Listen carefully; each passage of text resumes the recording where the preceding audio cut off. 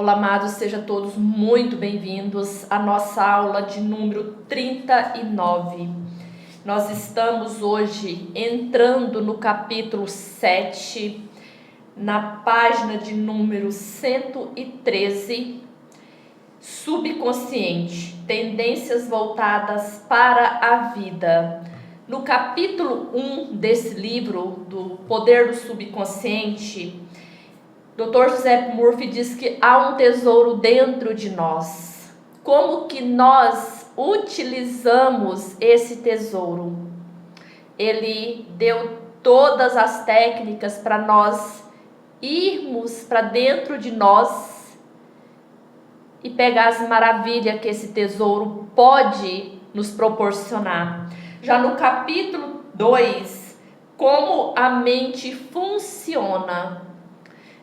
Tá, você tem um tesouro dentro de você e você não sabe como utilizar esse tesouro, como ir lá escavar esse tesouro. Ele te disse que como que a mente funciona para que você possa utilizar o que há dentro de nós, que esse tesouro é o poder que nós temos dentro de nós. No capítulo 3, o poder milagroso do subconsciente. Como que o nosso subconsciente pode ser esse poder tão milagroso para curar, para proporcionar harmonia, beleza, alegria, bem-estar, curas? Como que o subconsciente pode nos proporcionar esse poder milagroso? Como que nós podemos utilizar? Porque no capítulo 1 ele diz que nós temos um tesouro, no capítulo 2 ele disse como que a mente funciona. No capítulo 3, ele diz que o poder milagroso é do seu subconsciente. Então, ele está afirmando que há. Já no capítulo 4, ele diz as curas mentais nos tempos antigos. O que nós fazemos naquela época? Por que nós fazemos? Porque nós somos todos um. O que os nossos antepassados, aqueles que vieram à frente de nós, fez no passado?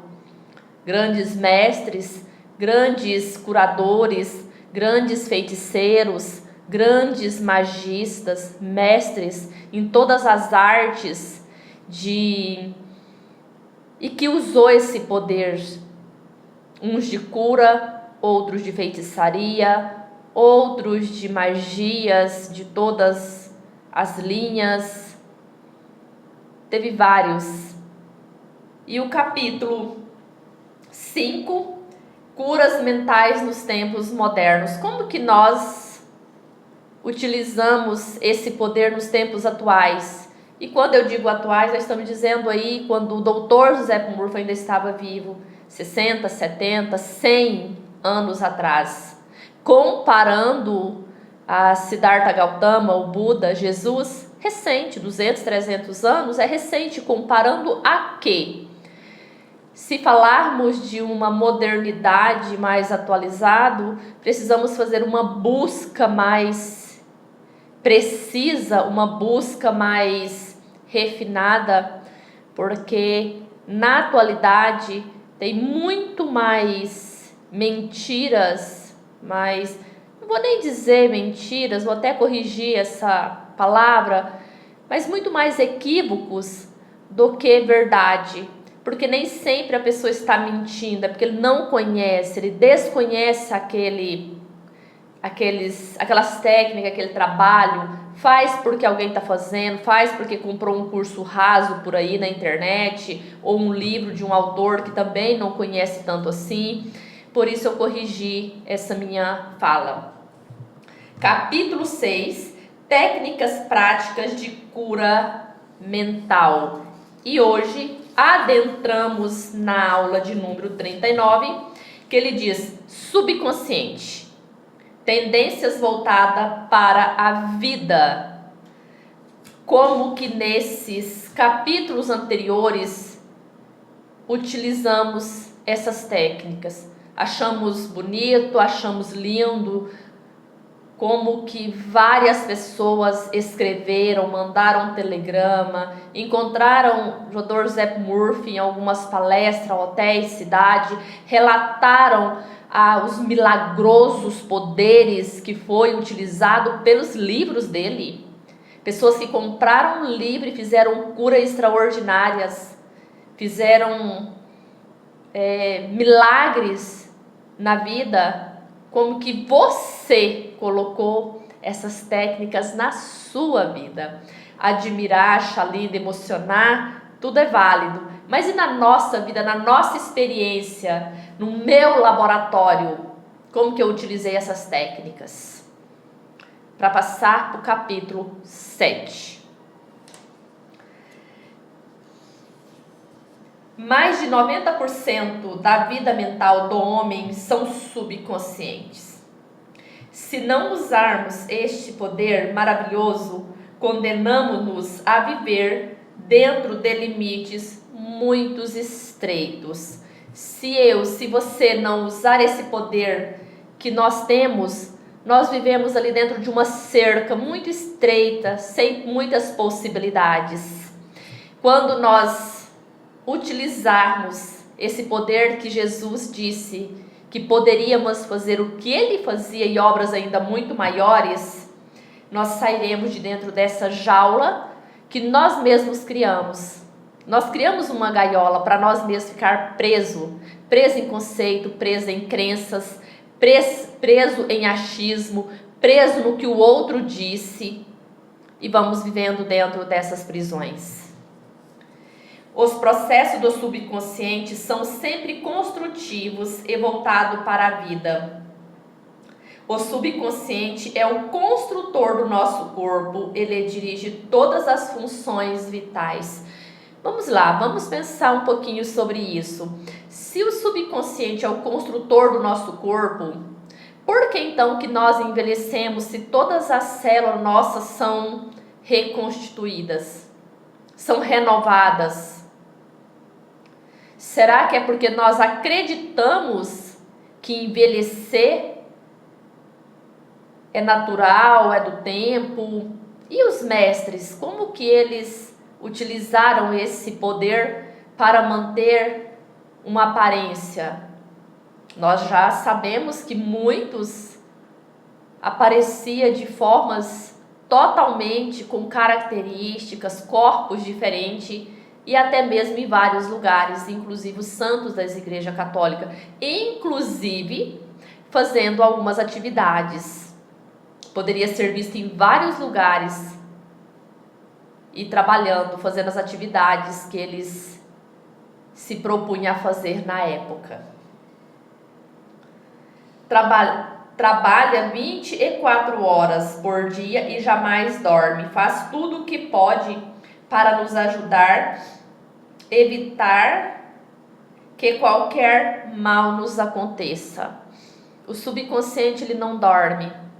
Ele 24 horas, ele está ativo pela lei da sobrevivência, para nos manter de forma e de melhor forma possível.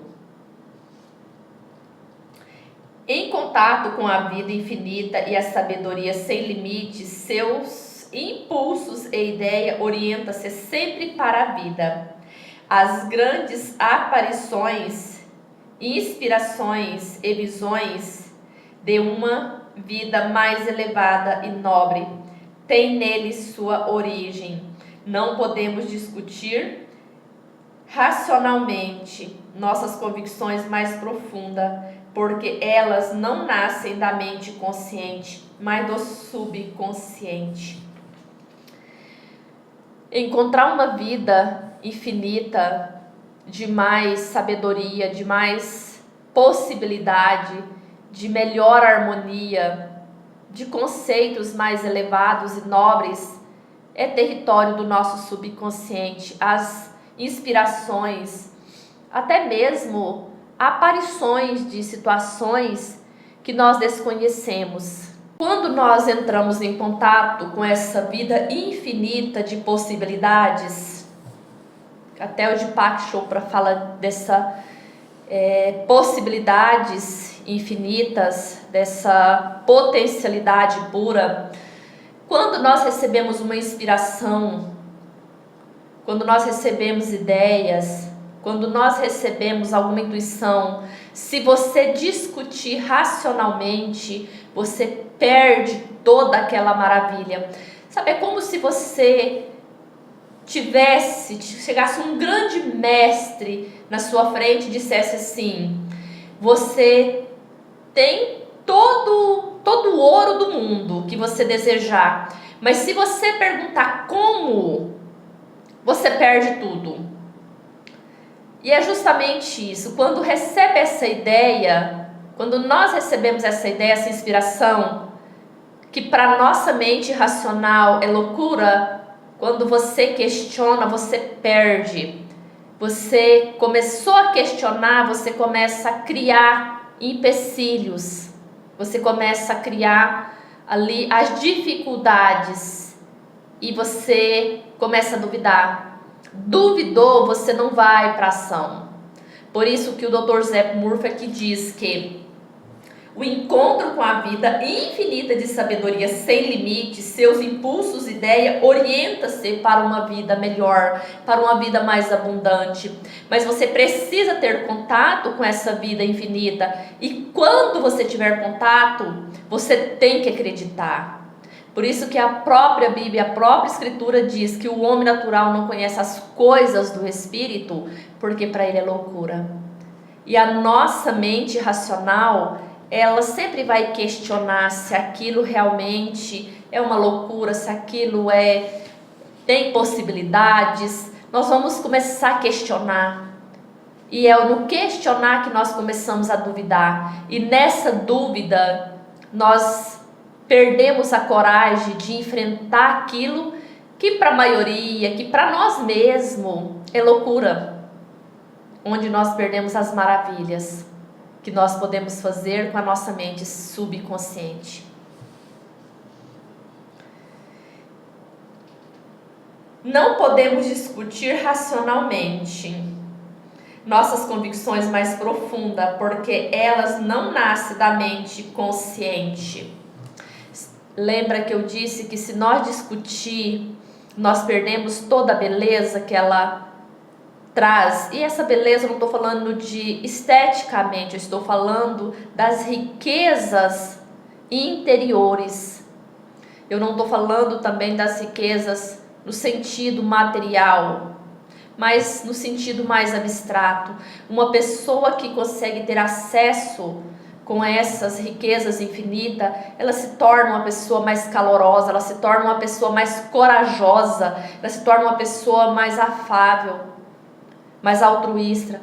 Isso se torna uma beleza, uma luz muito grande para aqueles que entram em contato. E nós precisamos compreender dessa beleza para melhorar realmente as nossas percepções, as nossas ordens na terra, nosso dever de cumprir as nossas missões. Esse contato é a nossa verdadeira missão. Quando nós temos contato com essa sabedoria infinita, todo o caminho que nós devemos percorrer é nos revelado.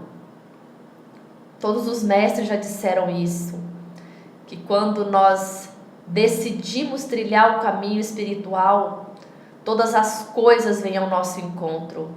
Se nós ler Elias, Moisés, muitas vezes eles não sabiam o chão que eles estavam pisando. Ele apenas consultava os magos. Na Bíblia fala muito dos profetas, e eles mesmos consultavam o Senhor Deus, e ele dizia o que tinha que fazer. E muitas vezes parecia muita loucura, mas eles confiavam. E aqueles, ou até mesmo esses que eu citei, quando não confiaram na palavra de Deus, acabaram que tendo alguns conflitos, perderam algumas batalhas, não no sentido de guerras, mas que tiveram alguns contrastes, porque não ouviu a voz do Senhor.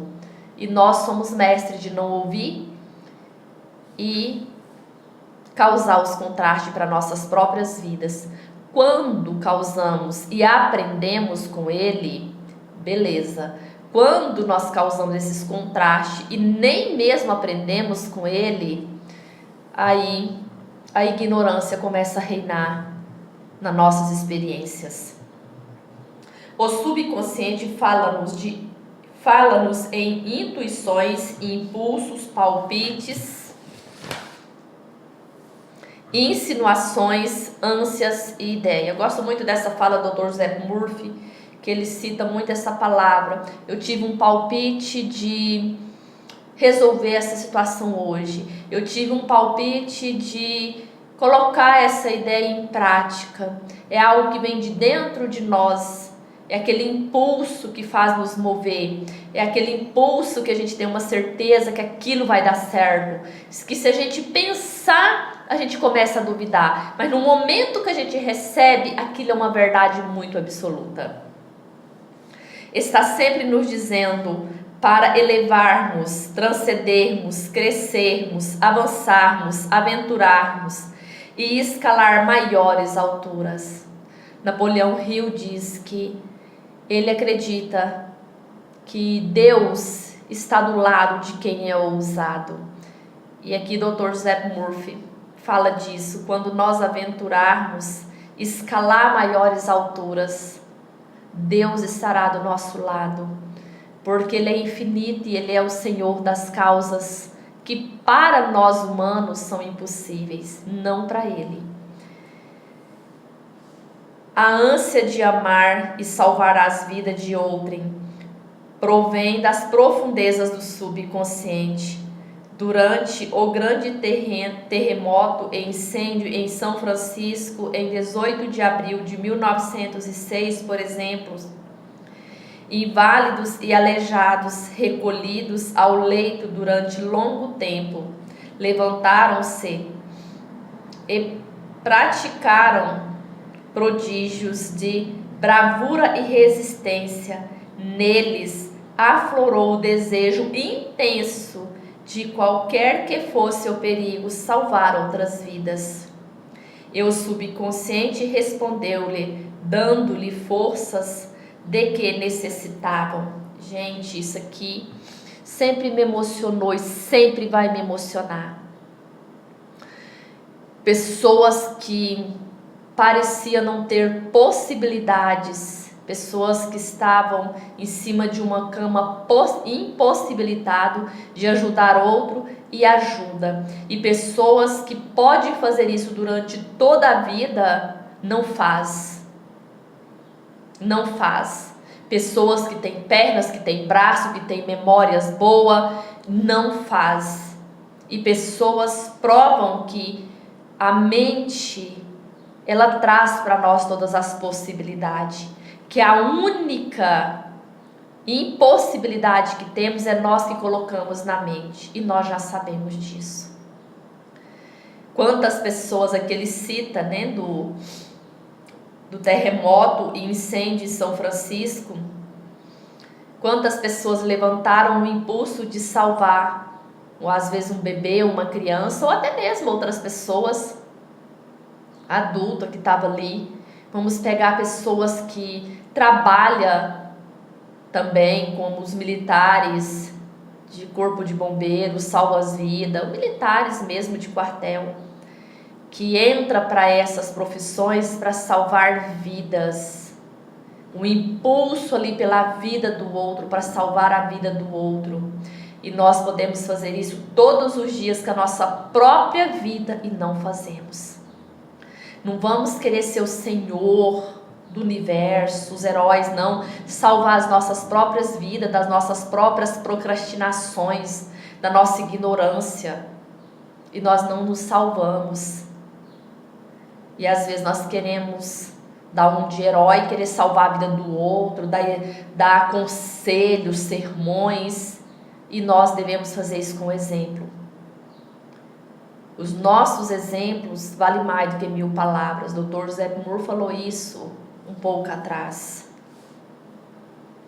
Grandes artistas, músicos, poetas, oradores e escritores sintonizam com o subconsciente e deles recebem estímulos e inspirações.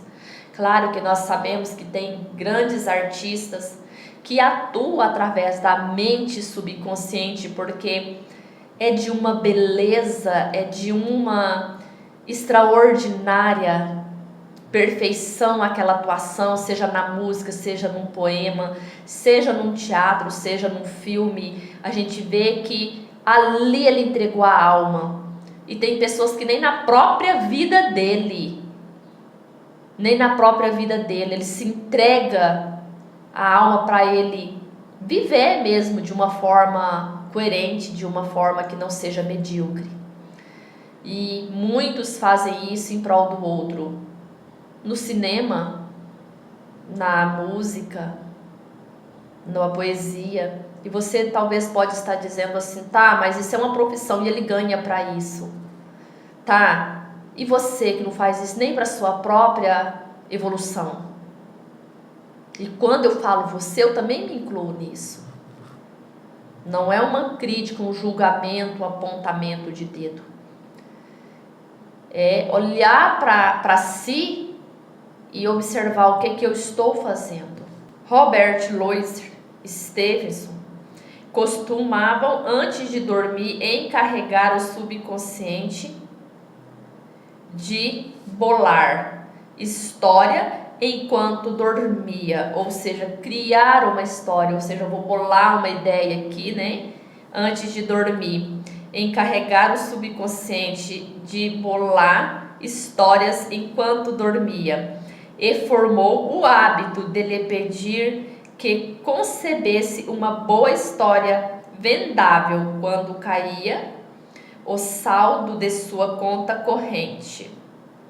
Segundo Stevenson, a inteligência da mente mais profunda lhe dava a história episódio por episódio, como se fosse uma novela. Este fato demonstra que a mente subconsciente pode, por nosso intermédio, falar em termos nobres e sábios sobre os quais a mente consciente nada sabe. Em muitas ocasiões, Mark Twain confessou que jamais trabalhou na vida. Todo seu humor e histórias notáveis foram resultado de sua capacidade de obter acesso ao tesouro inesgotável do subconsciente.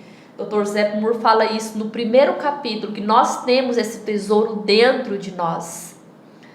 E Mike Twain, eu acho que é assim que pronuncia o nome dele, ele fala que ele nunca trabalhou.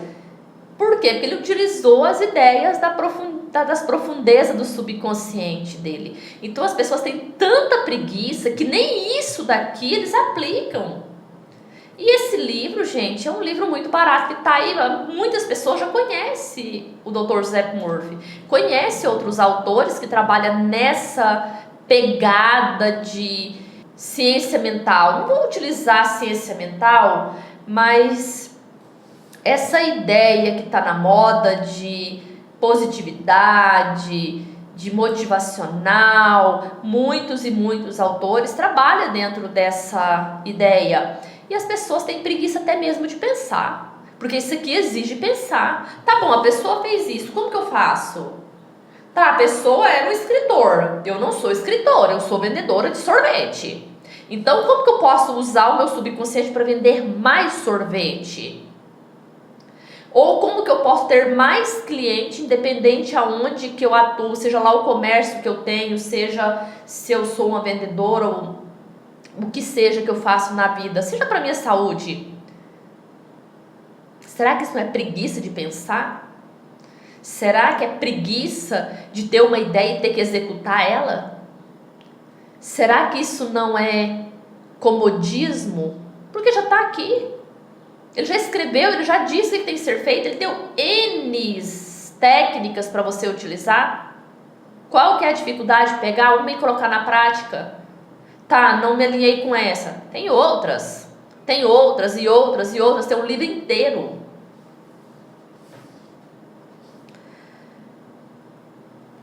Página 114. Como o corpo retrata o funcionamento da mente. A interação entre a mente consciente e subconsciente requer uma reciprocidade semelhante entre os correspondentes sistemas nervosos. O sistema cerebroespinhal ou voluntário é o órgão da mente consciente. Dr. Giuseppe Murphy era um psiquiatra, então ele vai usar uns termos mais científicos, mais da medicina mesmo, mas nem tanto. Eu vejo que outros cientistas utilizam termos muito mais complexos e difíceis do que o próprio Dr. Giuseppe Murphy como psiquiatra. O sistema nervoso autônomo desempenha idêntico papel que interessa ao subconsciente. O sistema voluntário é o canal através do qual captamos e recebemos conscientemente o que sentimos. O sistema voluntário é o canal através do qual captamos e recebemos conscientemente o que os sentidos físicos nos trazem. E através dele exercemos controles voluntários sobre os movimentos do corpo. O centro de controle desse sistema localiza-se no córtex cerebral. Por que ele está falando sobre esse sistema nervoso voluntário? Porque nós temos o poder de controlar os nossos pensamentos. Se fosse algo que nós não controlássemos, seria impossível nós afirmar que nós faríamos o nosso próprio destino. Se nós não pudéssemos controlar os nossos pensamentos, as nossas ações, o destino nosso já estaria concluído, ou seja, determinado. E aí não teríamos evolução. Por quê? Porque se eu não posso mudar um pensamento e um sentimento, eu não posso mudar o meu destino.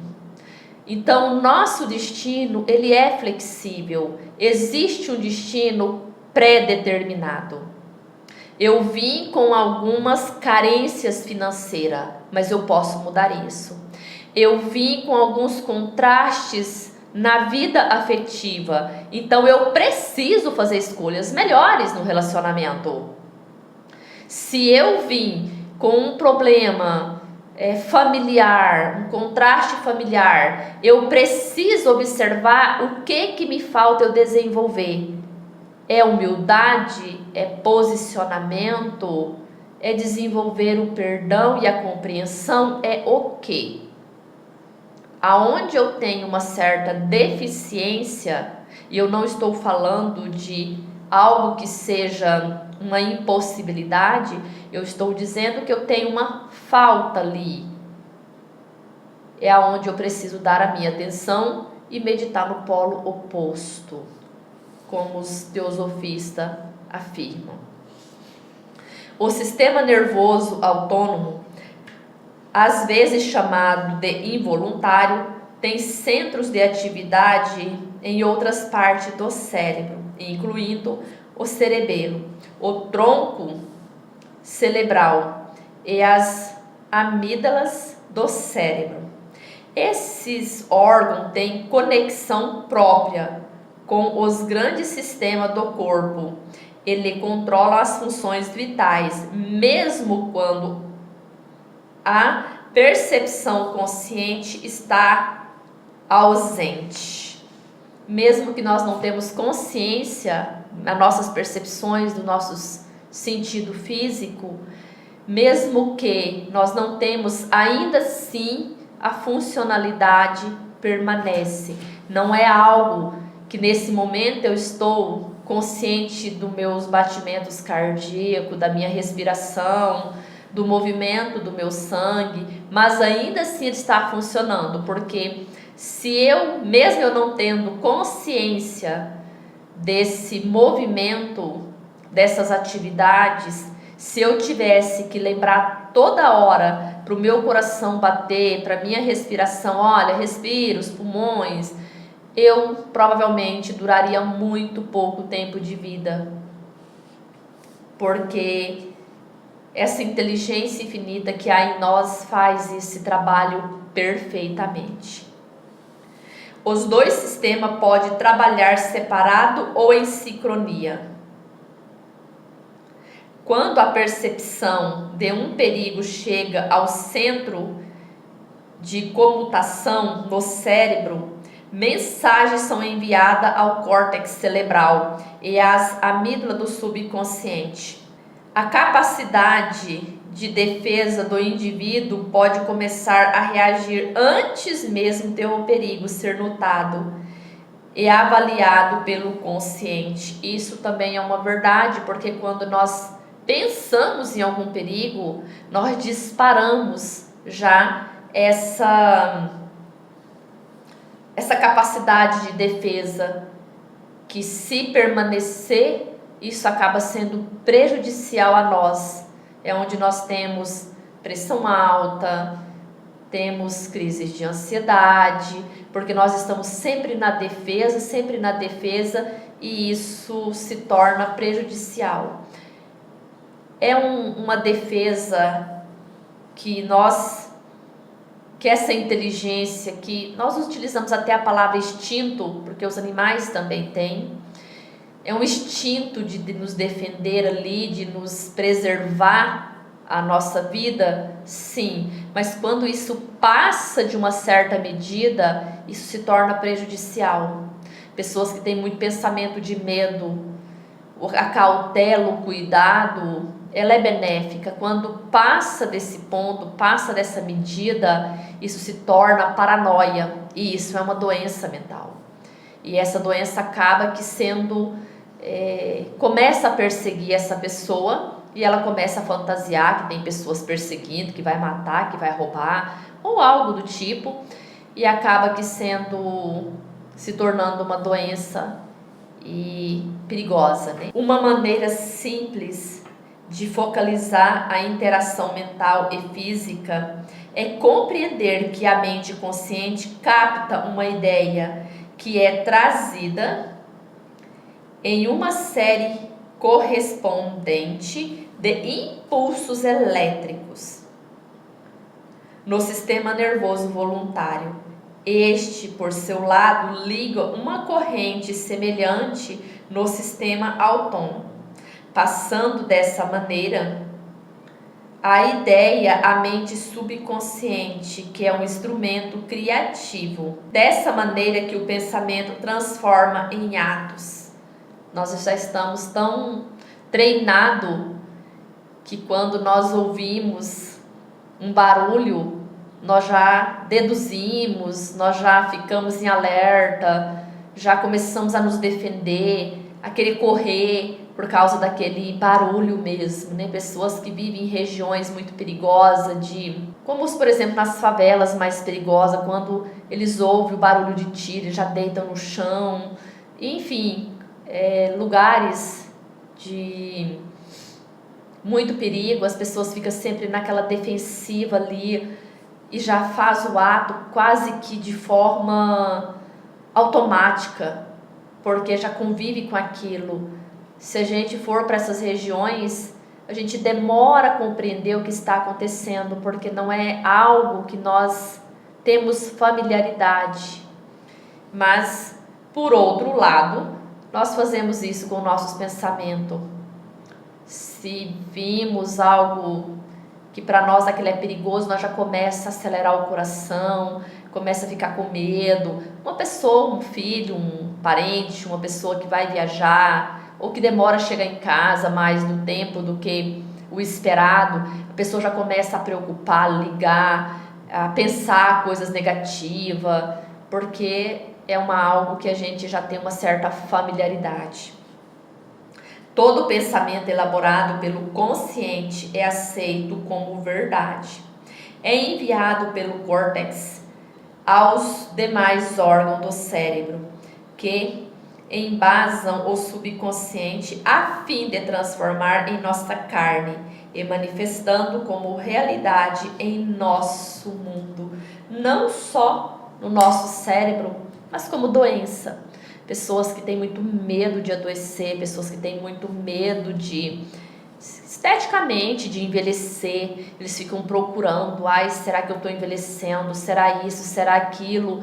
Aí ele começa a ver, começa a se manifestar no mundo dele realmente. As pessoas têm muito medo de percas, principalmente financeira. Fico olhando o aplicativo, hoje nós temos o aplicativo, né? Eu acho que até isso piorou para a ansiedade da maioria das pessoas. Antigamente a gente tinha que ir lá ao banco, tirar um extrato. Antigamente nem via na tela do computador. Depois a gente já evoluímos, já conseguimos olhar na tela do computador. Nossa, era muito maravilhoso. Agora a gente faz isso pelo celular. E as pessoas às vezes abrem o aplicativo ali para ver quanto que tem, se o dinheiro tá lá. Isso vai gerando uma doença nos órgãos da pessoa. Se ali acontece um erro no sistema, a pessoa já começa a ficar preocupada, faz um depósito, esse dinheiro não caiu, a pessoa já começa a criar uma certa preocupação, uma certa ansiedade. Cadê o dinheiro? Para onde ele foi? Será que se perdeu no meio do caminho? Mas se você depositou, ele tem que estar na tua conta, ele não pode ser desviado. Então, isso gera no nosso corpo, na nossa mente, no nosso sono, no nosso humor, todos os tipos de alteração. Por isso nós precisamos ficar muito atento com os nossos pensamentos para ver para que lado nós estamos caminhando. Estou falando de uma forma muito rápida, no aspecto mais corriqueiro, mas pessoas também que querem ter sucesso e não agem, pessoas que querem procurar ter uma respeitabilidade, mas não faz nada para isso. Ao invés de fazer aquele progresso, às vezes ele faz o inverso, uma inversão ali, e acaba que tendo muito mais insegurança. Então essa foi a nossa primeira aula do capítulo 7, a aula de número 39. E nós nos encontramos na próxima aula. Até lá, um beijo de luz.